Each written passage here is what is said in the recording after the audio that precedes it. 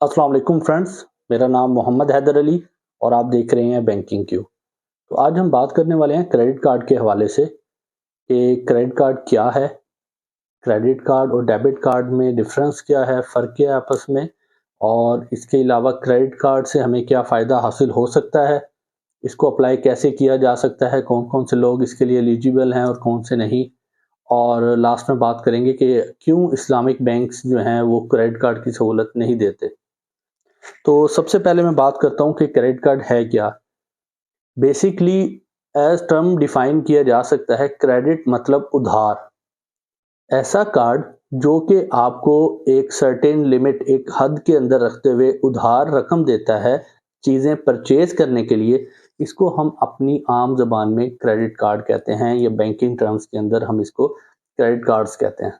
अब credit card और debit card में डिफरेंस क्या है? दोनों से आप चीज़ें भी परचेज कर रहे होते हैं, दोनों को आप शॉपिंग सेंटर्स के अंदर स्वैप भी करते हैं, तो डिफरेंस कहाँ पे आता है? तो भाई डिफरेंस बेसिकली यहाँ पर आता है कि जो क्रेडिट कार्ड है जैसा कि मैंने आपको बताया, वो आपको सहूलत देता है उधार पर चीज़ें लेने की। मतलब कि आपके पास पैसे होते नहीं आपके अकाउंट में, लेकिन आप कार्ड स्वैप करते हो शॉपिंग सेंटर पे तो वहाँ पर आप उससे चीज़ें परचेज़ कर सकते हैं। जबकि जो डेबिट कार्ड है वो आपके अकाउंट के साथ अटैच होता है और आप सिर्फ़ उतने ही पैसे निकाल सकते हैं जितने के आपके अकाउंट में पड़े होते हैं और जितने आपके एटीएम कार्ड की लिमिट होती है। मतलब ये कि उसमें आपको बैंक उधार नहीं देता, बल्कि अमाउंट आपके अकाउंट से डिडक्ट हो रही होती है। अब मैं आपको बताता हूँ कि आपको इसके बेनिफिट क्या है? लोग क्रेडिट कार्ड क्यों लेना चाह रहे होते हैं? तो जैसा कि आपको बताया क्योंकि इसको अंदर आपको उधार पर लिमिट मिलती है, तो वो लोग जिनकी सैलरीज़ लेट हो जाती हैं या वो लोग जिनको कभी किसी टाइम उधार की ज़रूरत पड़ जाती है, तो किसी और शख्स से लेने के बजाय आप क्रेडिट कार्ड की तरफ मूव ऑन करते हैं। आप कहते हैं इससे बेहतर है मैं एक क्रेडिट कार्ड बनवा लेता हूँ, ताकि जब मैं कभी वो एक सर्टेन अमाउंट इस्तेमाल करूँ तो मुझे किसी और से पैसे ना माँगने पड़े, बल्कि मैं बैंक से खामोशी के साथ वो एक उधार लूँ और उसको विदिन अ टाइम पीरियड आप जो है वापस अदा कर दूँ। जब आप वो जो है अमाउंट विदिन टाइम पीरियड वापस करते हैं, वो 10 से 15 दिन का टाइम होता है, तो उसमें आपको इंटरेस्ट भी नहीं पड़ता। अब ये तो रह गया फ़ायदा, इसके अलावा इसके डिफरेंट बेनिफिट्स और भी हैं। डिफरेंट शॉपिंग सेंटर्स और डिफरेंट मॉल्स जो हैं वो आपको इसमें अब इंस्टॉलमेंट क्योंकि अब चीज़ों की कीमतें बहुत ज़्यादा बढ़ गई हैं। जैसा कि बाइक्स की प्राइस बढ़ गई है, इलेक्ट्रॉनिक गैजेट्स की प्राइसेज़ काफ़ी इंक्रीज़ हो गई हैं।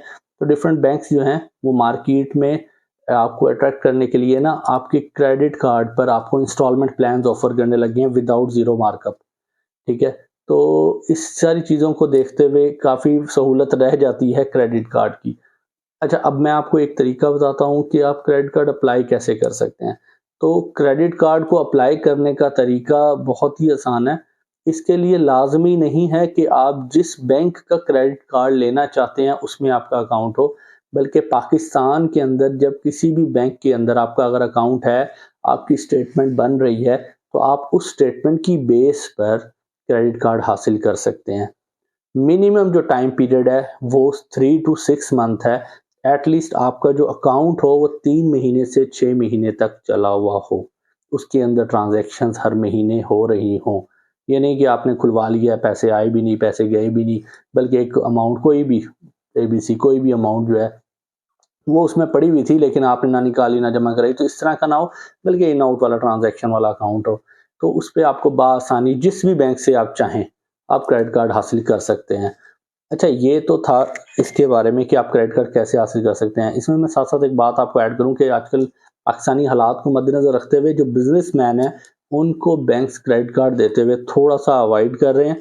इस टाइम जो क्रेडिट कार्ड्स ऑफ़र हो रहे हैं, वो सिर्फ़ सैलरीड पर्सन्स को हो रहे हैं। सैलरीड पर्सन्स के अंदर जो क्राइटेरिया है, वो सैलरी का है 45,000 का।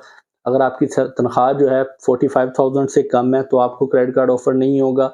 एक और बात कि अगर आप सरकारी मुलाज़िम हैं और दर्जा 1 ग्रेड से चहारुम तक के हैं, तो उसके अंदर आपकी तनख्वाह चाहे ज़्यादा भी हो, फिर भी आपको क्रेडिट कार्ड ऑफ़र नहीं होता।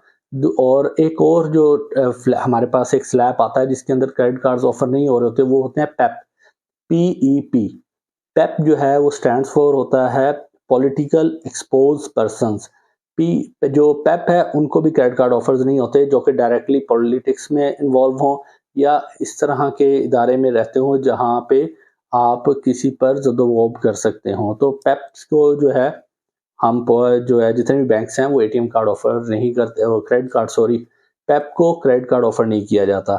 अच्छा, अब जो लास्ट जो हमारा टॉपिक था उसमें जो हमने इस पर डिस्कस कर रहे थे कि भाई इस्लामिक बैंक्स जो हैं वो क्रेडिट कार्ड ऑफर क्यों नहीं कर रहे। तो जो क्रेडिट कार्ड है वो इंटरेस्ट बेस्ड प्रोडक्ट है, मतलब ये कि इस पर सूद होता है और जो इस्लामिक बैंक्स हैं वो सूद से पाक बैंकिंग को प्रोवाइड करने की सहूलियात दे रहे हैं। तो इसीलिए जो क्रेडिट कार्ड है वो क्योंकि इंटरेस्ट वाली मार्केट जो है इंटरेस्ट मार्केट वाली वैल्यू वाली प्रोडक्ट है, तो ये इस्लामिक बैंक्स जो हैं वो आपको क्रेडिट कार्ड ऑफर नहीं करते। अगर आपको क्रेडिट कार्ड चाहिए तो आपको कन्वेंशनल बैंक्स के साथ ही अपना राब्ता बनाना होगा। उम्मीद है ये वीडियो आपको पसंद आई होगी और अगर किसी किस्म के सवालात हैं तो आप कमेंट सेक्शन में मेंशन करके अपने सवालात को से जवाब लेने के लिए कर सकते हैं। वीडियो अच्छी लगी हो तो चैनल को लाइक और सब्सक्राइब ज़रूर कीजिएगा।